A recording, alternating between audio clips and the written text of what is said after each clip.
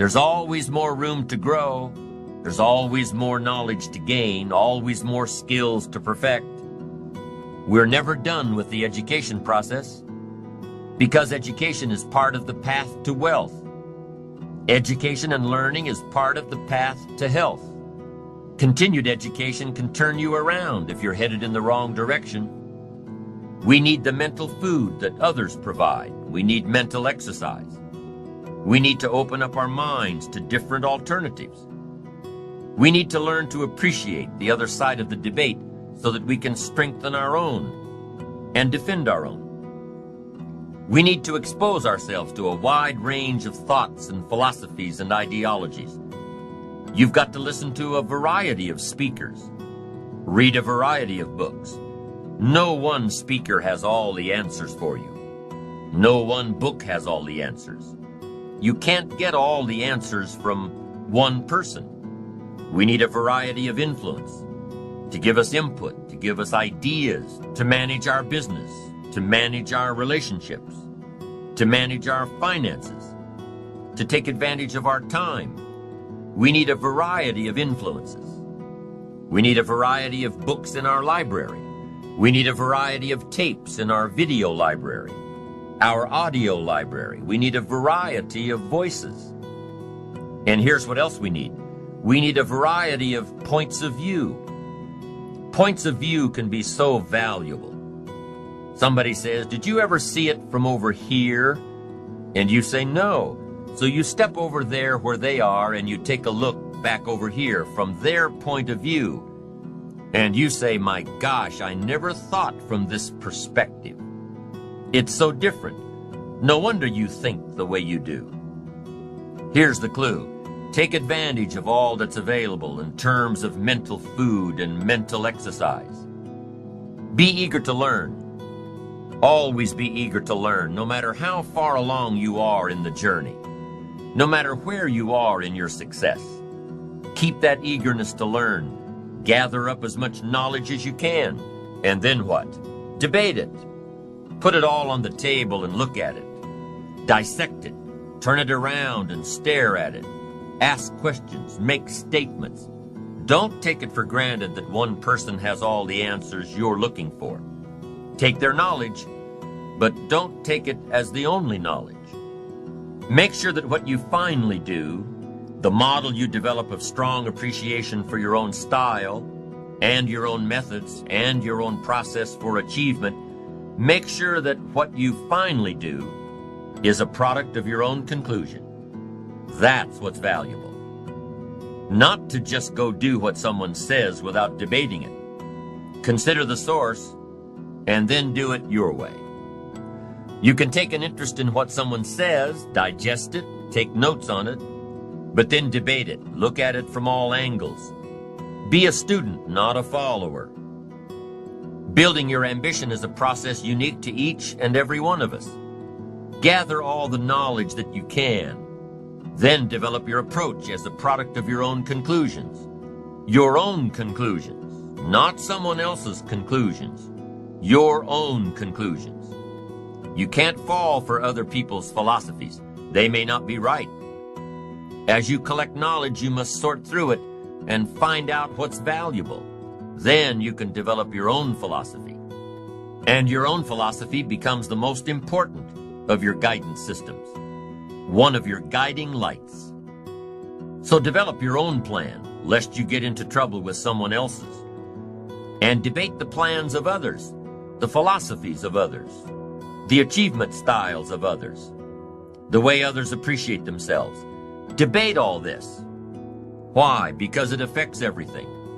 The value you place on your plan, the value you place on yourself, the value you place on life in general affects everything around you. It even affects how you respect time, the 24 hours a day given to each of us to do with as we please. There's a connection between appreciating yourself and appreciating and respecting time. People who appreciate themselves understand and respect the use of time.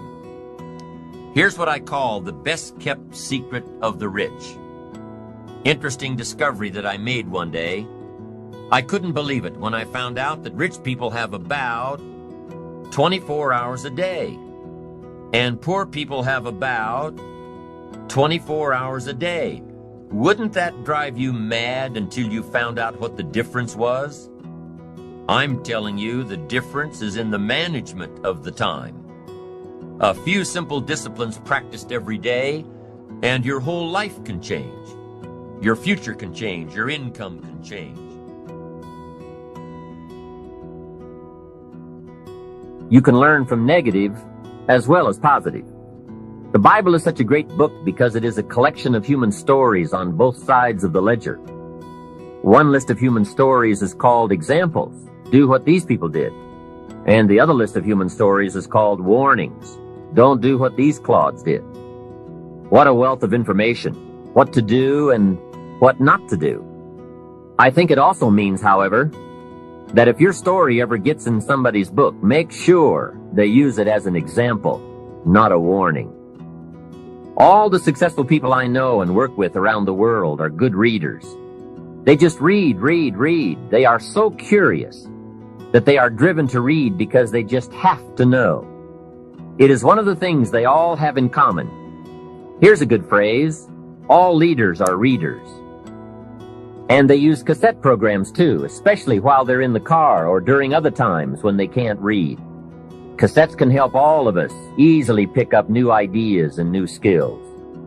Did you know there are cassettes and books on how to be stronger, more decisive, a better speaker, a more effective leader, have a better effect on other people, become more loving, develop personality, get rich, develop influence, become sophisticated, and people don't use them? How would you explain that?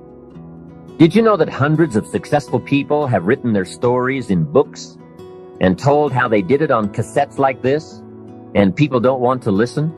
How would you explain that? The guy's busy, I guess. He says, well, yeah, if you worked where I work, by the time you struggle home, it's late. You've got to have a bite to eat, watch a little TV, and get to bed.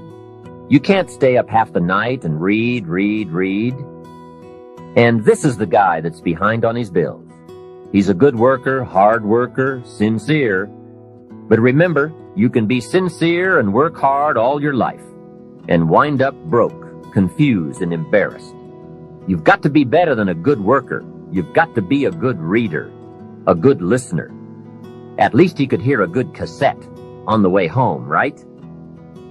Now, you don't have to read or listen to educational cassettes half the night. Although if you're broke, it's a good place to start.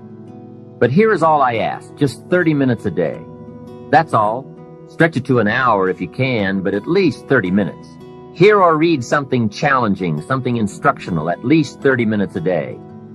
And here's the next key. Every day. Don't miss. Miss a meal, but not your 30 minutes. Hey, you can get along without some meals, but you can't get along without some ideas, examples, and inspiration. There's a Bible phrase that says, humans cannot live on bread alone, or food alone. It says the next most important thing to bread is words. Words nourish the mind. Words nourish the soul. Humans have to have food and words to be healthy and prosperous. Make sure you have a good diet of words every day. I told my staff one day, some people read so little they have rickets of the mind. And also remember, to properly feed the mind, you must have good balance. Don't just read or listen to the easy stuff. You can't live on mental candy. Here is a thought. Why not call good books and cassettes tapping the treasure of ideas? That's it. Tapping the treasure of ideas, like you're doing with this program. And if somebody's got a good excuse for not tapping the treasure of ideas for at least 30 minutes every day, or spending the money and getting the books and cassettes, I'd like to hear it. Invest the money. Get the cassettes and books. The best money you can spend is money invested in your self-education. Don't shortchange yourself when it comes to investing in your own better future. Mr. Shope got me started on my library when I first met him. He said to me, become self-educated. Standard education will get you standard results. Check those numbers and see if that's what you want. And if it isn't, if you want something better than standard, You must become self-educated. So I went to work on my library, and I now have one of the best. Shoaff recommended a couple of books in particular to get me started. Now, I had a Bible, that's 66 books, so that was a pretty good start, and my parents saw to it that I had a good study of the Bible. But the first book Mr. Shoaff told me to get was the book Think and Grow Rich by Napoleon Hill. If you don't already have it, it's a great one to add to your library. Earl Nightingale has put it on cassette. The title should intrigue you, Think and Grow Rich. I read it several dozen times. Shoaff said repetition is the mother of skill. And if you could have seen my bank account at the time, you would have known I needed lots of that kind of repetition. Some of the ideas in that book made major changes in my life. As I look back now, the book was worth thousands, and I bought it for pennies. I learned a very valuable lesson. There can be a great deal of difference between cost and value. Before I met Mr. Shoaff, I used to ask, how much does it cost? After I met him, however, I soon learned to ask, how much is it worth? I started basing my life on worth instead of cost, and everything changed.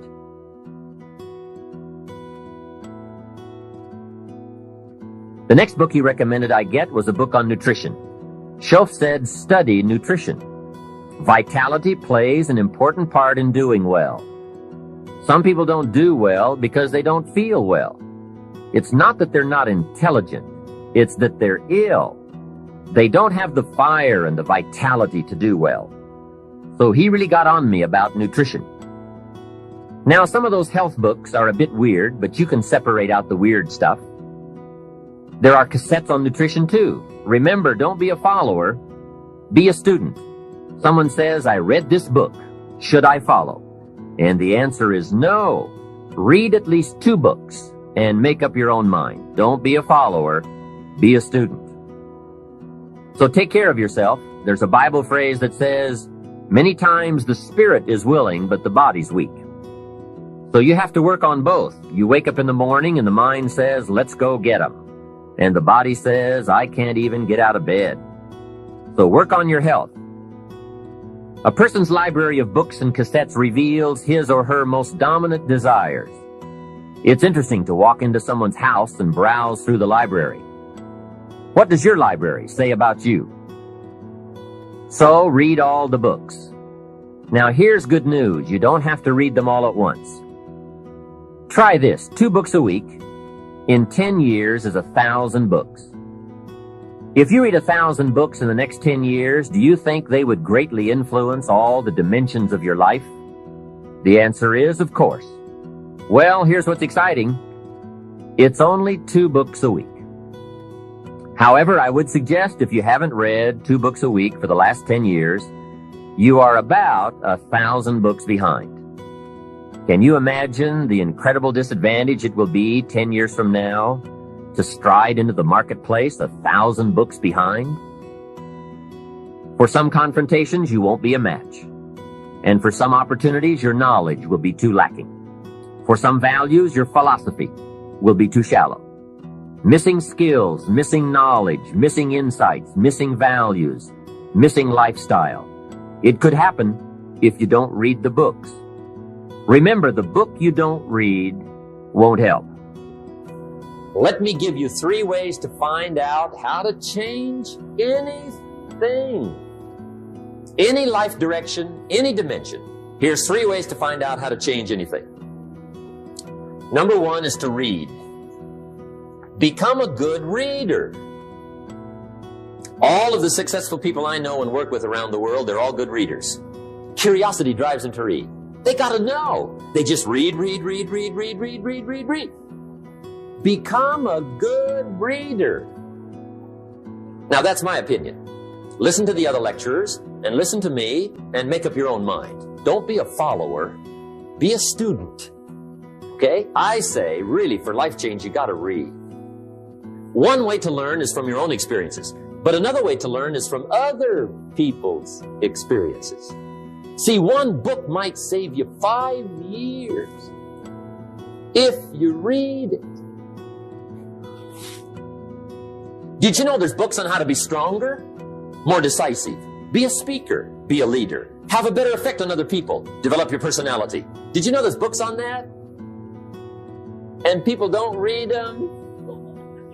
How would you explain that? And they can read. Did you know that hundreds of successful people have written their stories in books and they wrote down how they did it and people don't read it? How would you explain that? The guy's busy, I guess. You know, you get tied up. The guy says, well, yeah, you work where I work. By the time you struggle home, it's late. You got to eat a bite of supper, watch a little TV, get to bed. You can't sit up half the night reading. And the guy's behind on his car payment. Good worker, hard worker, sincere. But you got to be better than sincere and work hard. Otherwise, at the end of your life, you'll wind up cold, stony broke. You got to be better than a good worker. You got to be a good reader.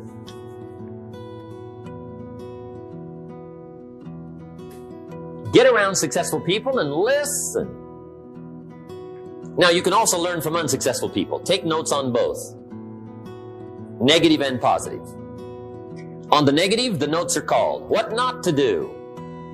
And you got to learn what not to do as well as what to do. So learn from the negative as well as the positive. Okay? Find out what poor people read and don't read it. Right? That's good information. Learn from the negative. But now you can also learn from the positive. Get around successful people. Listen to what they say. Listen to how they say it. It's important. We've all got about 16 waking hours. Practice listening those 16 hours. And I say practice listening because listening isn't easy. I found out it's easier to talk than it is to listen. But if you will practice listening the 16 hours you're awake, sure enough, from surprising sources comes great ideas. In sales training we teach, if you want to learn sales, listen to the kids. Kids have got to be the master salespeople of all time.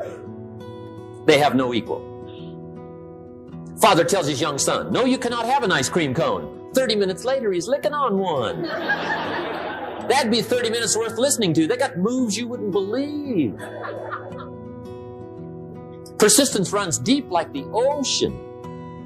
And the kids never took a class on how to overcome objections. They already know how. They don't need classes. You tell kids no. That goes right on by. They give you 3 good reasons. Just say no. It goes right on by. They give you 3 more. They're masters. So listen and learn. Now, here's some of the best advice I've got for the whole evening. It won't get any better than this. This is it. Poor people ought to take rich people out to dinner and listen. That's some of the best I got. If a guy's not doing well, one of the first things he ought to do is find a guy that is doing well and offer to buy him his dinner. Spend $50, $60, $80, $100. Go for the full 9 course. Start him on the juices and hors d'oeuvres. Get him started talking. The salad takes 15 minutes. Keep it rolling. Biggest steak in town takes 45. Keep it rolling. Pour on the dessert. Stretch that meal out about 2 hours. If you get a successful person to eat and talk for 2 hours, they're liable to drop ideas in your lap, change your life. Multiply your income by 2, by 3, by 5. But you're right. Poor people don't usually take rich people out to dinner. That's the problem. The guy said he's rich, let him buy his own dinner. I'm not coming up with any money. And he says, besides, you work where I work. By the time you struggle home, it's late. You're lucky to get your own supper, let alone run around trying to find a rich man to feed. And the guy's behind on his house payment. Good worker, hard worker, sincere. But you got to be better than sincere. Work hard. You wind up broke. You got to be better than a good worker. You got to be a good listener. And remember, what you read and what you hear Put the good stuff in your journal. Now, here's the third way to find out how to change your life. And that's to observe. You can pick up a lot of ideas just by watching. Get around successful people and watch. Here's why. Success leaves clues. Watch how the man shakes hands. Watch how the lady responds. People who do well do certain things over and over and over and over. And if you're clever, you can pick them up. Watch it all. If a guy's making $10,000 a month, I'd watch how he walks. Maybe that's it. Copy his funny little walk. Somebody says, well, that's kind of a silly walk. Say, it's 10,000. I haven't got the money yet, but I got the walk. It's bound to start somewhere. What I ask you tonight is to be unusual and be a good observer of what's going on. You can pick up ideas that can change your life starting tomorrow. Just be a more careful observer. Now remember, there's two ways to see. One is called sight. See with your eyes. The other one is called insight. See with your mind. See with your eyes, you'll see things. See with your mind, you'll see answers. Put your eyes and your mind to work. And the best advice on developing sight and insight is pay attention. Don't miss anything. In the weekend seminar we teach, one of the greatest fatalities to success is preoccupation, lack of concentration. The guy's mind wanders. See, you wind up average. You've got to learn to zero in and concentrate. I read a good article one time, Reader's Digest. The title was, Wherever You Are, Be There. Excellent. Don't miss anything.